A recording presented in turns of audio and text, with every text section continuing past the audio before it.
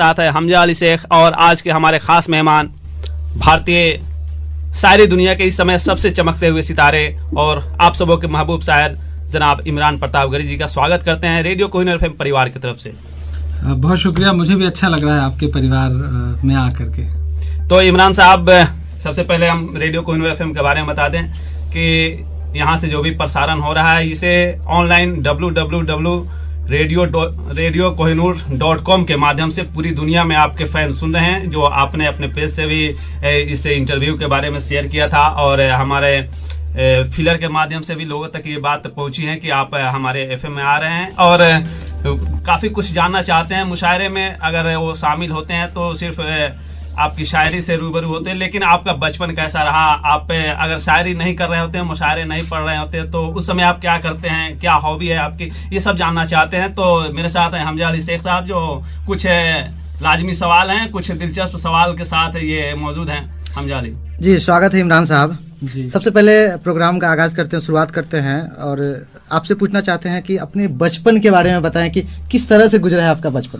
हाँ, पहली बात तो आप सबका शुक्रिया कि मुशायरे और फेसबुक और सोशल मीडिया के तमाम और ज़रियों के अलावा भी आपने मुझे एक मौका मुहैया कराया ताकि मैं लोगों के घर तक पहुंच सकूं अपनी तमाम ज़िंदगी से जुड़ी चीज़ों के हवाले से। बचपन बिल्कुल जैसे ही एक आम लड़के का बचपन होता है, एक गांव में पैदा हुआ, एक आम से किसान परिवार में, और गांव में पढ़ाई करी हाई स्कूल तक। इंटरमीडिएट करने के लिए पहली बार शहर आया, तो बिल्कुल एकदम जिसे आप कह सकते हैं कि जैसे मुझे सुनने वाले एक एक इंसान का बचपन जैसे गुजरा है वैसे ही मेरा भी। तो इमरान साहब, जैसा कि आपने भी कभी शेयर किया है और जैसा कि कुछ ज़्यादा जो ऑनलाइन रहते हैं उन तक ये बात पहुंची है कि आप विज्ञान के छात्र रहे हैं, इंटर तक शायद आप बायोलॉजी लिए थे, लेकिन आपको ये शायरी का शौक कैसे आ गया कि हाँ हम शायर हो सकते हैं, या मुझे लिखने की वो काबिलियत आ गई कि हम शायरी की दुनिया में अपना मकाम बना सकते हैं? हाँ, एक्चुअली अब्बू डॉक्टर हैं तो वो चाहते थे कि मैं भी डॉक्टर बनूं। इंसान जिस प्रोफेशन में होता है सोचता है कि बेटा उससे बेहतर उसी प्रोफेशन में करे। यही सोच करके उन्होंने एक दबाव बनाया कि मैं MBBS करूं, तो उसके लिए जाहिर सी बात है इंटरमीडिएट बायोलॉजी से करना था। कर रहा था, उसी दौरान एक कल्चरल प्रोग्रामों का रुझान जो है वो उभर के सामने आया। स्कूल के प्रोग्रामों में हिस्सा लेता था, डिबेट कंपटीशन में, पोएट्री कंपटीशन में, गज़ल कंपटीशन में। उसमें जब प्राइजेस जीतता था बहुत सारी तालियां मिलती थी, लोगों का प्यार मिलता था, तो मुझे लगा कि यार शायद मैं तो इसके लिए बनाऊं। तो इंटर करने के बाद फिर मैंने सीधे ग्रेजुएशन में मैंने BA लिया, हिंदी लिटरेचर लिया, और मैंने अब्बू से कह दिया कि मेरे बस का नहीं है डॉक्टर बनना, मैं कुछ और बनूंगा। आज यहाँ बैठा हूँ। जी बिल्कुल, ये मुनासिब भी है कि अगर आदमी की रुचि जिस चीज में हो उसी चीज में आगे बढ़ाए तो ज्यादा कामयाबी मिलती है। तो आगे का सवाल लेते हैं। सबसे पहले, जब जहाँ भी आप जाते हैं करोड़ों लोग मतलब आपसे जुड़े हैं, जहाँ जाते हैं हजारों हजार की तादाद में होते हैं, लोग घेर लेते हैं आपको, किस तरह महसूस होता है आपको? अब बिल्कुल जाहिर सी बात है, देखिए ये सब जो मेरे इर्द गिर्द भीड़ या फिर दीवानापन या जुनून या ग्लैमर आपको दिख रहा है, ये मुशायरों का हिस्सा नहीं था। मुशायरे तो बड़े सॉफ्ट से हुआ करते थे कि शायर से आदमी ने एक ऑटोग्राफ ले लिया, एक शेर लिखवा लिया, या बहुत हो गया तो मतलब हाथ मिला लिया। मैं जब मुशायरे में आया तो मुझे लगा कि यार ये दुनिया बहुत बड़ी है, हजारों हजार लोग सुनने आते हैं, पूरी रात आप पर खराब करते हैं, खर्च करते हैं, तो क्यों ना मतलब कुछ ग्लैमराइज किया जाए चीज़ों को।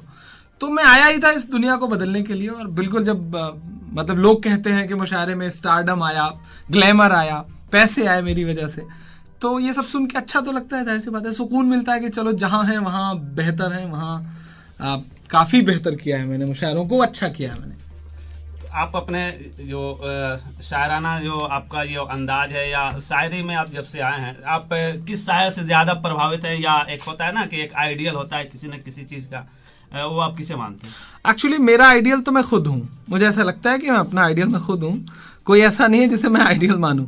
हाँ, सुनता हूँ, बड़ों को खूब सुना है, राहत साहब को ज़मीन में बैठ के सुना है, वसीम साहब को ज़मीन में बैठ के सुना है, मिराज फैज़ाबादी साहब को ज़मीन में बैठ के सुना है। लेकिन जिसे एक शायर ने मुझे बहुत मुतासिर किया वो है पाकिस्तान के एक शायर गुजरे हैं, हबीब जालिब। बिल्कुल इनकलाबी शायर थे, 10 साल उनके जेल में गुजरे हैं। तो उनकी ज़िंदगी ने, उनकी शायरी ने मुझे बहुत मुतासिर किया और कोशिश करता हूँ कि उन जैसा बन सकूँ। एक अगला सवाल लेते हैं कि मतलब काफ़ी लोग जो भी आपके फेसबुक जो फॉलोअर हैं उसमें ये भी हम देखने को मिल रहा है कि आप सिर्फ मोदी मोदी के बारे में बोलते हैं, कहाँ तक सच आप मानते हैं? एक्चुअली देखिए, मैं पर्टिकुलर किसी शख्स के बारे में नहीं बोलता। जो भी इंकलाब की बात करने वाला शायर होगा, शायरी का मतलब ही इंकलाब है। दुनिया ये कहती है कि शायरी का मतलब गजल, गजल मतलब महबूब से गुफ्तगू करना। मुझे लगता है कि मेरी जिंदगी में शायरी के मायने हैं बगावत, सिस्टम से बगावत, हुकूमत से बगावत, जहां भी जुल्म हो रहा है उसके खिलाफ बोलना।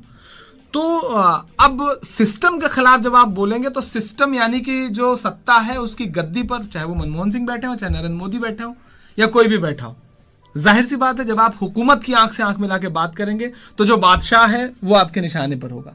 इससे पहले 2014 से पहले भी मेरी यही आवाज थी, इतनी ही मुखर आवाज थी। उस वक्त मनमोहन सिंह जी हुआ करते थे। कभी ऐसा इल्जाम नहीं लगा कि इमरान साहब आप सिर्फ मनमोहन सिंह जी के बारे में क्यों बोलते हैं। तो जो ज्यादा जुल्म करेगा उसके ज्यादा जुल्म गिनाए जाएंगे, उसका नाम ज्यादा आएगा। तो ये तो सोशल मीडिया पे कुछ ऐसे लोग बैठे हैं जो अपने नेता के बचाव में कहते हैं कि इमरान साहब आप तो सिर्फ एक को टारगेट करते हैं। अच्छा, काफ़ी सारा आपने नज्म लिखा है, पढ़ा भी है, काफ़ी लोग ने सराहा है। आपके अंदर कौन सा वो नज्म है जो आपको अंदर से झकझोर देता है? एक्चुअली बहुत सारी नज़में। किसी माँ से अगर आप ये पूछें कि वो किस बेटे से ज़्यादा प्यार करती है, अपने किस बच्चे से ज़्यादा प्यार करती है, तो मुझे लगता है कि वो शायद फैसला ना कर पाए। उसी तरह से एक शायर की हर एक नज़म, हर एक शायरी, हर एक गज़ल, हर एक कते उसके, वो पूरी तरह से उसके बच्चों की तरह होते हैं। तो मेरे लिए फैसला मुश्किल है। हाँ, बस ये है कि किसी की तरफ झुकाव ज़्यादा होता है। मैं फ़लस्तीन की नज़म को अपने दिल के बहुत करीब पाता हूँ। इस बीच नजीब की नज़म को बहुत दिल के करीब पाता हूँ। लेकिन सबसे ज़्यादा मुश्किल जिस नज़म को कहने में हुई है वो कश्मीर की नज़म है। 2 साल से ज़्यादा मैंने कश्मीर पर पढ़ा है, तब जाके मैं कश्मीर की नज़म कह पाया। तो अलग अलग नज़रिए से सोचूं तो अलग अलग नज़में हैं जिन्हें बहुत करीब पाता हूँ। कोई भी एक अपना जो पसंदीदा नज्म हो जरा हमारे श्रोता के लिए। नहीं, मुझे पसंद तो बहुत सारी हैं, सब हैं। अब श्रोताओं को क्या सुनाया जाए ये श्रोताओं पे डिपेंड करता है, या आप बताएं कोई ऐसी बात या ऐसी नज्म जो मैं एक आध मुखड़ा उसका सुना सकूं।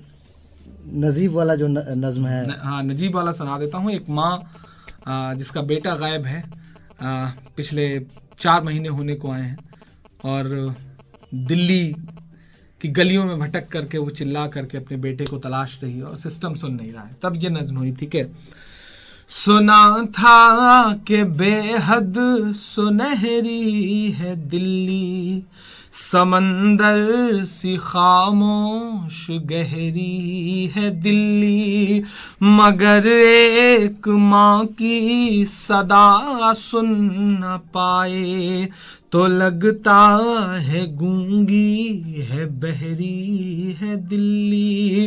वो आँखों में अश्कों का दरिया समेटे, वो उम्मीद का एक नजरिया समेटे, यहाँ कह रही है वहाँ कह रही है, तड़प करके ये एक माँ कह रही है, नहीं पूछता है कोई हाल मेरा, कोई ला के दे दे मुझे लाल मेरा।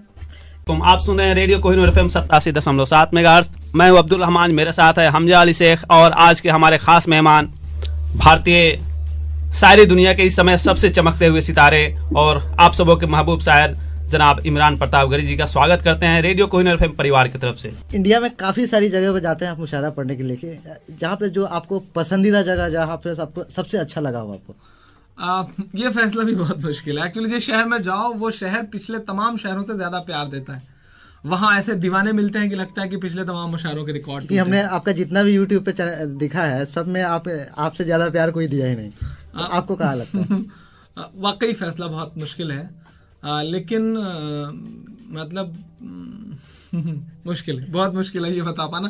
किसी शहर का नाम ले लूंगा तो बाकी शहर वाले नाराज होंगे, इसलिए पूरा हिंदुस्तान पूरी दुनिया पसंद है। ढाका वाले के बारे में तो कुछ कहना पड़ेगा। ढाका जाहिर सी बात है, ढाका जब चंपारण इस बार आया था तो पहली बार आया था। मतलब मुझे जैसे एक नन्हे से छोटे से शायर को सुनने के लिए 50,000 की भीड़ उमड़ के आई, और क्या दीवानगी के साथ सुना। मैं बहुत बीमार आया हुआ था, बुखार था, उसके बावजूद घंटों सुना लोगों ने, और मैं उनकी मोहब्बत में सुनाता चला गया, मुझे पता भी नहीं चला। तो जाहिर सी बात है ढाका तो अलग है ही। एक और आपसे सवाल करना है, काफ़ी सारे हमारे जो श्रोता है हमको व्हाट्सएप पे कि आप उनसे सवाल पूछिए कि सबके बारे में बोलते हैं, अखिलेश के बारे में क्यों नहीं बोलते हैं? एक्चुअली ये प्रोपेगेंडा है क्या कि आरएसएस, मैं एफएम चैनल पे बैठा हूँ, मुझे नाम नहीं लेना चाहिए लेकिन फिर भी मैं हिम्मत करके ले रहा हूँ।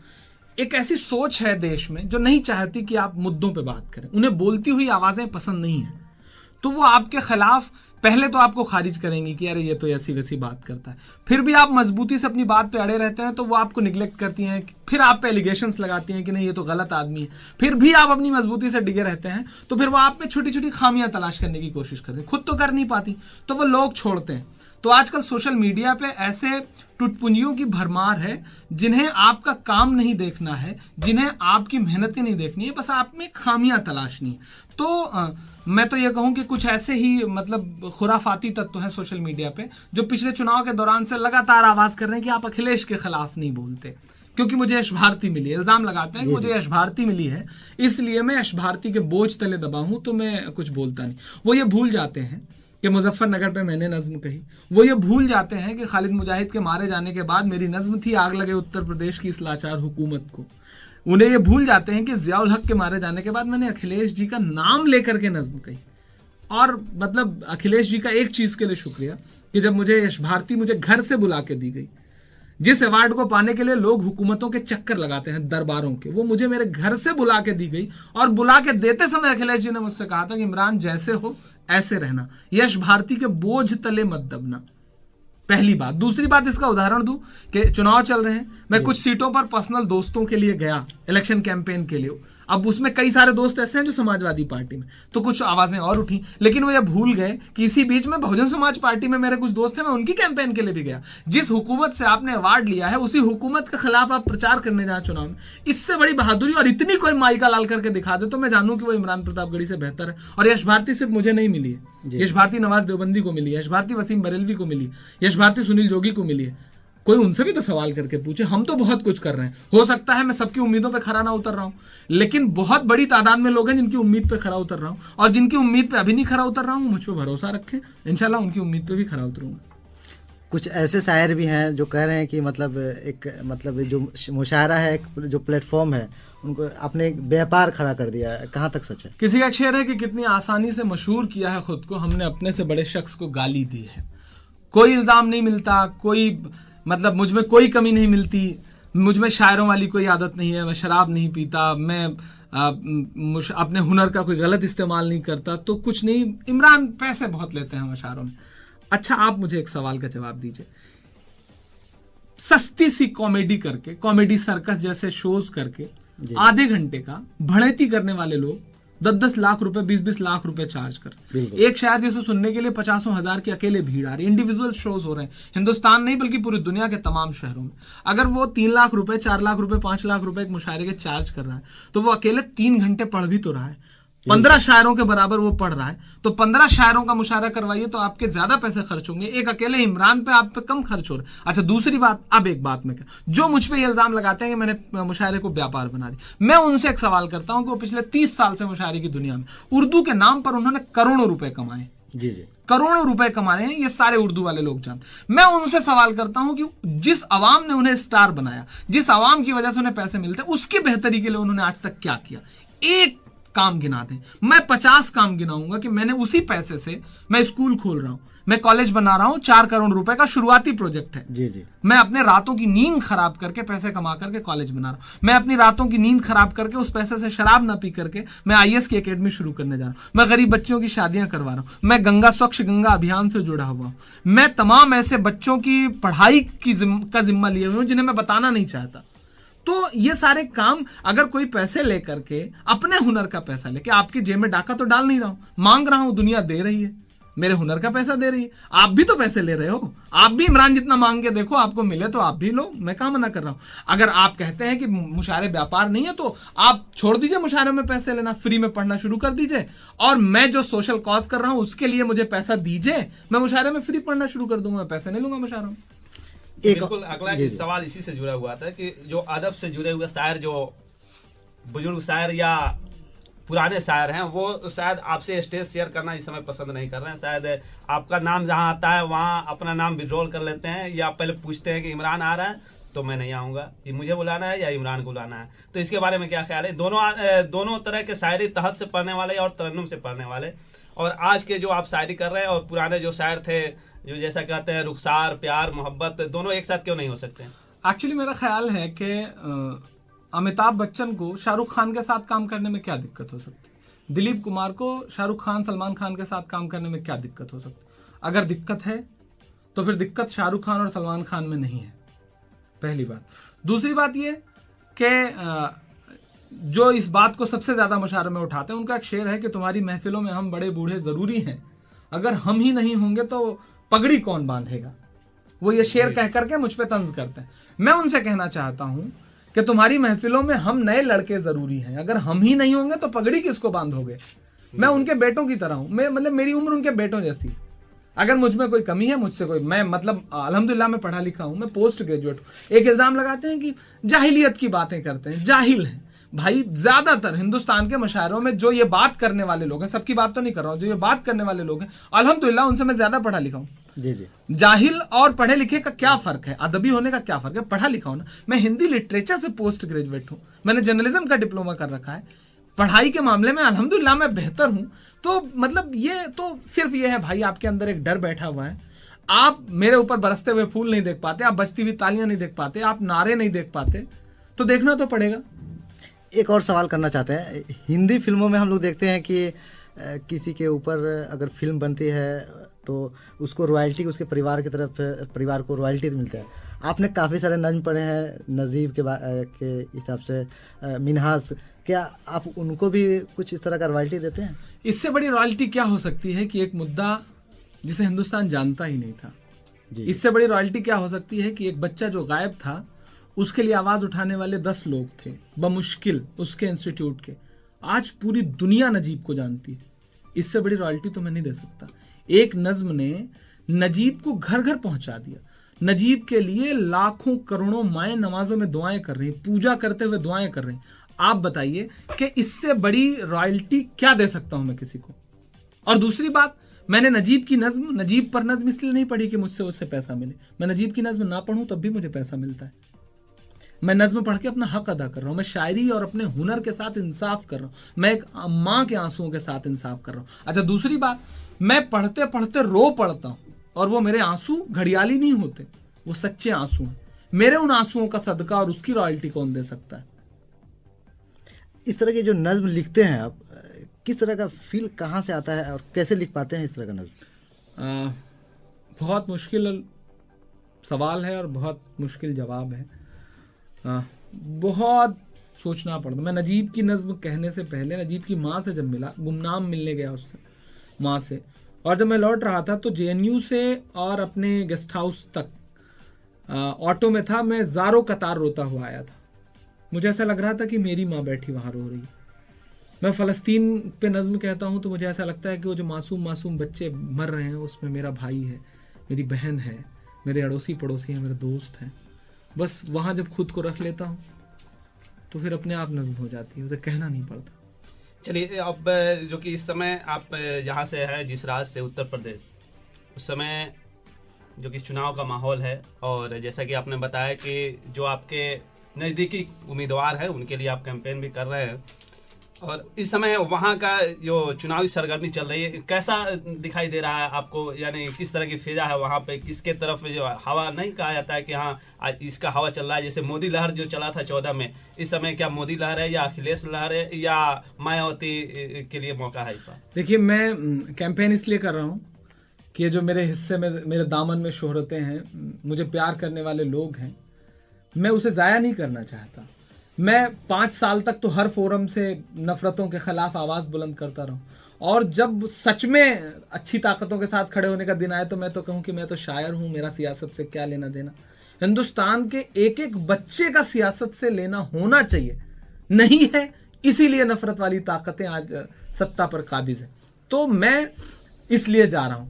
रही बात यह कि किसका पलड़ा भारी है, बस इतना जान लीजिए कि वो जो नफरत वाला गुब्बारा था वो पंक्चर हो चुका है। आपका इशारा मोदी की तरफ है ना? मैं तो नहीं या कहता कि वो बीजेपी? नफरत वाला गुब्बारा लेके घूम रहे हैं, अगर आप ऐसा मानते हैं तो शुक्रिया। एक और सवाल पूछना चाह रहे हैं कि इतनी सारी भाग दौड़ की ज़िंदगी है आपकी, पूरे ऑल ओवर इंडिया में आप टूर करते हैं, कैसे संभाल पाते हैं अपने आप को? यही काश यानी कहने का आप- मतलब है कि इतना फिट कैसे है, मतलब क्या अच्छा लगा कि आपने ये इस सवाल फिटनेस का पूछा, राज? पहली बार किसी ने सवाल पूछा। मेरी बड़ी गाड़ी देखने वाले, मेरे मुशायरों के बड़े पैसे देखने वाले, मुशायरों को व्यापार बना देने का इल्ज़ाम लगाने वाले 2 दिन मेरे साथ रह लें, तौबा करके घर बैठ जाएंगे।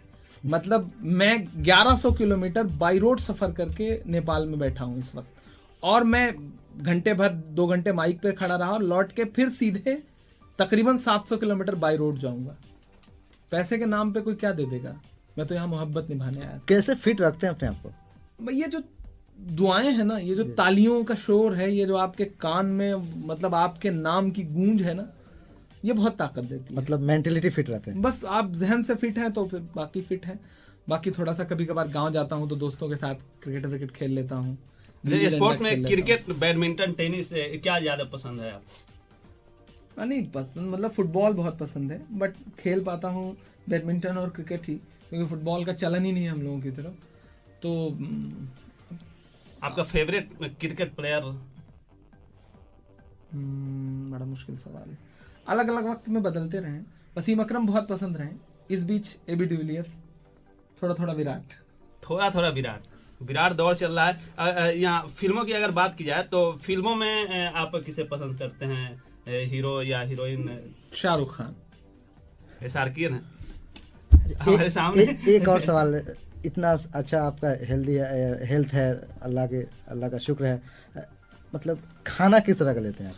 बिल्कुल, मतलब सच ये है कि मेरी पसंदीदा मतलब डिश आप जिसे कह सकते हैं वो दाल चावल है, वो सब्जी रोटी है, चटनी रोटी है। मतलब बस मुझे ऐसा लगता है कि एक्चुअली जब आप जहां मैं हूं यहाँ जब होंगे तो आपको भी यही पसंद आएगा।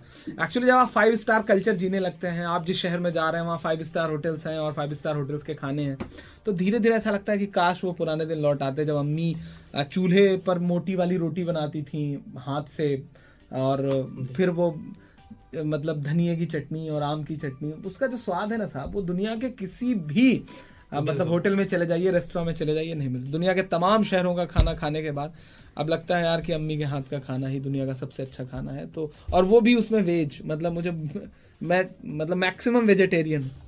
तो इस समय आप नेपाल में हैं, तो नेपाल में जो आपका प्रोग्राम रहा, यहाँ आकर कैसा लगा? कई हमारे नेपाली श्रोता, खासकर ये नेपाल में ही ये एफएम है, तो जो सुन रहे हैं इस समय, आप उन तक पहुंचाए कि यहाँ आकर यहाँ की मेहमान नवाजी कैसी रही? मैं मतलब आपके स्टूडियो में अंदर बैठा हुआ हूँ, रिकॉर्डिंग करा रहा हूँ, और बाहर मतलब चाहने वालों का हुजूम खड़ा है। बस ये समझ लीजिए कि इससे बड़ी मोहब्बत क्या हो सकती है। तो 4 फ्लोर सीढ़ियाँ चढ़ करके लोग आए हैं अगर मुझे यहाँ तक देखने के लिए, तो ये नेपाल की मोहब्बत की इंतहा है। पहली बार आया हूँ, बहुत अच्छा लगा है, और वादा कर रहा हूँ कि बार बार आता रहूँगा। चलिए, तो आप आखिरी अब सवाल ज़्यादा नहीं करेंगे, चलते चलते इस समय जो हमारे श्रोता हैं इसके लिए सबसे फेवरेट एक खुशी देने वाला कोई नज्म वगैरह हो जिसे लोग जाते जाते यानी विदा होते समय वो गुनगुनाते हुए निकले? नहीं, उसे खुशी क्या, बस वो मेरी बहुत आखिरी वक्त, मतलब जब कभी किसी मुशायरे का आखिरी लम्हा होता है तो मैं ये मिसरे ज़रूर पढ़ता हूँ, और आपके श्रोताओं से भी यही कहना चाहता हूँ कि मेरी खुशबू संभाल कर रखना, मेरी खुशबू संभाल कर रखना, दिल पे काबू संभाल कर रखना, तेरे सीने से लग के रोया हूँ, मेरे आंसू संभाल कर रखना। बहुत बहुत शुक्रिया। रेडियो कोहिनूर एफएम के आप स्टूडियो में आए, अपना कीमती समय निकाला, इसके लिए रेडियो कोहिनूर एफएम परिवार आपका शुक्रिया अदा करता है। बहुत शुक्रिया, मुझे भी बहुत अच्छा लगा। हमजा साहब, आपका कोई? जी, बहुत बहुत शुक्रिया आप आए। एक बार लास्ट की आप अपना, जो लाखों भी श्रोता सुन रहे हैं आपको, कुछ लास्ट कुछ कहना चाहेंगे? नहीं, बस मैं उनसे ये कहना चाहता हूँ, जो भी लोग मुझे सुन रहे हैं उसमें तमाम चाहने वाले भी होंगे, तमाम ऐसे भी होंगे जो तनकीद की नज़र से सुनते रहते हैं, खामियां तलाशते रहते हैं। उनसे बस मैं एक चीज कहना चाहता हूं कि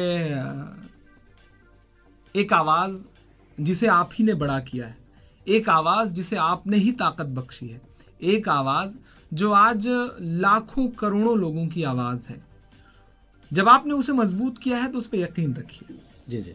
और अगर आपने उस पर भरोसा जताया है तो उस भरोसे को थोड़ा सा लंबे दिन तक टिकाइए। मैं पूरे यकीन से, पूरे ईमान से, पूरी ईमानदारी से ये बात कह रहा हूँ कि मैं मशारे की दुनिया में आया हूँ इसलिए नहीं कि मैं चंद तालियां समेटूंगा, चंद पैसे समेटूंगा और किताबों में दफन हो जाऊंगा। मैं तारीख बदलने आया हूँ और इस मुश्किल सफ़र में कभी कभी अगर मैं आपको डगमगाता लगूं, फिसलता हुआ नजर आऊं, तो आप मेरे गार्जियन की तरह मेरे साथ खड़े होइए। इंशाअल्लाह मेरे बाद आने वाली नस्लें ये कहेंगी कि कोई एक शायर था और उसने तारीख बदल के रख दी। ये जुनून इंशाअल्लाह जिंदा रहे मुझ में, उसके लिए ज़रूरत है कि मेरे साथ खड़े होइए। और हर इंसान में खामियां होती हैं, हो सकता है मुझ में भी हों, आप में भी होंगी, जो तनकीद करने वाले लोग हैं उनमें भी खामियां हैं। तो अगर किसी में 100 अच्छाइयाँ हैं और चंद खामियां हैं तो अच्छाइयों पे चर्चा करिए, इंशाल्लाह हो सकता है मेरी खामियां उनसे दूर हो जाए। तो सारे चाहने वालों से और जो नहीं चाहते उनसे भी यही कहना, जो कोहिनूर एफएम सुन रहे हैं, सुनते हैं, उनसे भी बस यही कहना है कि अपनी मोहब्बतों का सिलसिला बनाए रखिए, क्योंकि डॉक्टर बशीर बद्र साहब का एक शेर है कि कहाँ आंसुओं की सौगात होगी, नए लोग होंगे, नई बात होगी, मैं हर हाल में मुस्कुराता रहूंगा, तुम्हारी मोहब्बत अगर साथ होगी, चिरागों को आंखों में महफूज रखना, बड़ी दूर तक रात ही रात होगी, मुसाफिर हैं हम भी, मुसाफिर हो तुम भी, किसी मोड़ पर फिर मुलाकात होगी। बहुत बहुत शुक्रिया आपका। ये थे हमारे साथ, ये थे हिंदुस्तान के महबूब शायर और नौजवानों के दिलों के धड़कन इमरान प्रतापगढ़ी साहब। यश भारती अवार्ड से सम्मानित हो चुके हैं। उत्तर प्रदेश का सर्वोच्च ये पुरस्कार है और उम्मीद करते हैं कि इसी तरह आगे बढ़ते रहेंगे। और जो भारत के सबसे जो सर्वोच्च पुरस्कारों में से है पद्मश्री, पद्म भूषण, और वहां तक पहुंचेंगे, ये हमारी शुभकामनाएं आपके लिए। अगला पड़ाव वही है। जी बिल्कुल, शुक्रिया।